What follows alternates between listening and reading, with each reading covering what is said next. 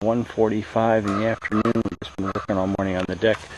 We're just about out to the last 2 or 3 rows. I'll climb up on the deck here in a second and show you. You see these white flags around the perimeter here. That's a new electronic fencing system for the dogs. They go outside that mark and the collar comes on and gives them a pretty good zap, and they have learned the lesson already. It's quite amazing. So these are the temporary steps that David Rapinski put in. Not temporary steps, but temporary walk-on. And here's how much work we've got done so far.